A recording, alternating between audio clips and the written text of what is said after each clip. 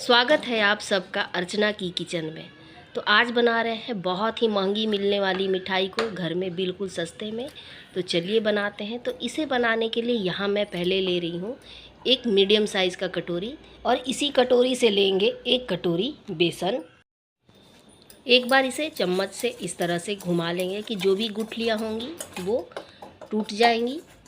और यहाँ ले रहे हैं आधा कप दूध। तो इस दूध को थोड़ा थोड़ा डालकर इसका एक स्मूथ घोल तैयार करेंगे। दूध ठंडा ही लेंगे, इसे गर्म नहीं लेंगे। तो अभी थोड़ा दूध और लगेगा, तो इसमें थोड़ा थोड़ा दूध डालकर इसका बिल्कुल स्मूथ घोल तैयार करना है हमें। तो यहाँ बिल्कुल परफेक्ट घोल बनकर तैयार हो गया है। इसमें कोई भी लम्स नहीं पड़ा है, बिल्कुल स्मूथ है। तो अब एक बड़ा बर्तन लेंगे और डालेंगे आधा कटोरी घी। इस मिठाई को घी से ही बनाएंगे तो ज़्यादा ही स्वादिष्ट लगेगा। तो घी को डालते समय गैस को ऑफ रखे हैं। यहाँ बर्तन बिल्कुल ठंडा है और इसी में ये बेसन का घोल डाल देंगे। और अब बेसन को लगातार चलाएंगे जब तक घी और बेसन आपस में मिक्स ना हो जाए।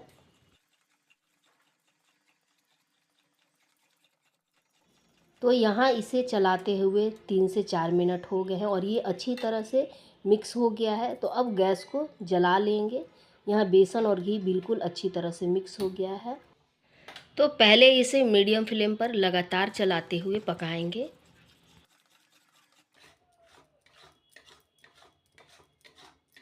और लगे कि अब ये गाढ़ा होना शुरू हुआ है तो फ्लेम को लो कर देंगे और इसे लो फ्लेम पर लगातार चलाते हुए पकाएंगे। इसे तली में सटने नहीं देंगे।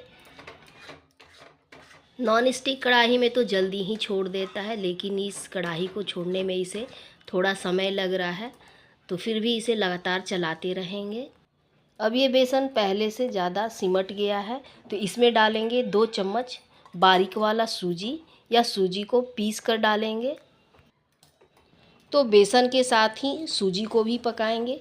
सूजी जैसे जैसे पकेगा बेसन वैसे ही ये सिमटना शुरू हो जाएगा। और इसे भी लगातार चलाते रहेंगे और ये धीरे धीरे अब कढ़ाई को छोड़ने लगा है।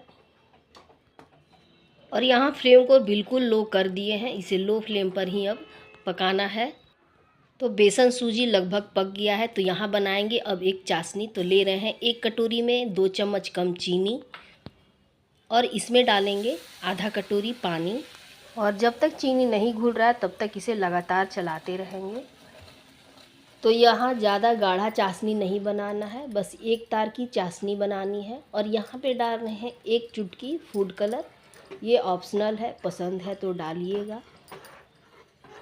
तो फूड कलर को भी पूरे चाशनी में फैला देंगे, मिक्स कर देंगे। तो चाशनी बनकर तैयार हो गया है। तो इसे एक बार इस तरह से चेक कर लेंगे। ये हाथ में चिपकने लगा है और इसका एक तार भी बनने लगा है। और भूनते भूनते सूजी और बेसन भी काफ़ी ड्राई हो गया है। तो अब इस चाशनी को इसी में डाल देंगे और इसे लो फ्लेम पर पकाएंगे जब तक ये पूरी तरह से डो की तरह तैयार ना हो जाए। यहाँ फ्लेम को बिल्कुल लो रखेंगे और लो फ्लेम पर ही 7 से 8 मिनट तक इसे पकाएंगे। अब ये कढ़ाई को छोड़ने लगा है और बिल्कुल डो की तरह तैयार हो गया है। तो हमारा ये बेसन अब बिल्कुल बनकर तैयार हो गया है। थोड़ा सा बर्फ़ी को गार्निश करने के लिए यहाँ मैं ले रही हूँ 5-6 बादाम और काजू। इसे बारीक काट लिए हैं और इस तरह से इसे प्लेट पर लगा दिए हैं। तो इसे अब सेट करने के लिए प्लेट में निकाल लेंगे।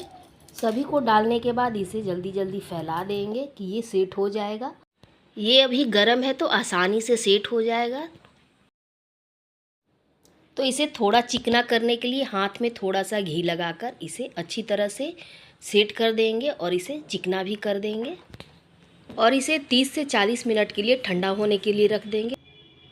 जब ये ठंडा हो जाएगा तो अपने मन चाहा आकार में इसे काट लेंगे। और यहाँ ये ठंडा हो गया, ये 30-40 मिनट से अधिक हो गया है। तो अब इसे काट लेते हैं। तो मैं यहाँ इसे स्क्वायर में काट रही हूँ, मैं ज़्यादा बड़ा बड़ा पीस नहीं बना रही हूँ। तो इस तरह से इसे काट लेंगे। तो मार्केट में मिलने वाली महंगी मिठाई को घर में ही बनाएं आसानी से। ये इतनी आसानी से कट जा रहा है, इतना मुलायम और सॉफ्ट बना है, ना ही ये हार्ड हुआ है। और यहाँ ये बेसन की बर्फ़ी बनकर तैयार हो गई है। बेसन की बर्फ़ी मैंने बहुत पहले बनाई थी एक बार, लेकिन वो सही नहीं बन पाई थी। लेकिन इस बार डर डर कर बनाई हूँ, लेकिन बिल्कुल सही और परफेक्ट बनकर तैयार हुआ है। तो इसे अब निकाल कर दिखाते हैं ये कितना अच्छा बनकर तैयार हुआ है। तो इस दिवाली घर पे ही बनाएं इस तरह का बेसन का बर्फ़ी।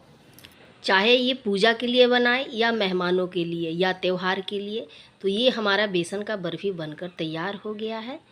तो इस दिवाली घर पे ही बनाएं इस तरह का मिठाई, और सही भी है और बड़े छोटे सभी इसे पसंद भी करते हैं। तो आज ये फाइनली हमने बेसन का बर्फ़ी बिल्कुल परफेक्ट तरीके से बना लिया है।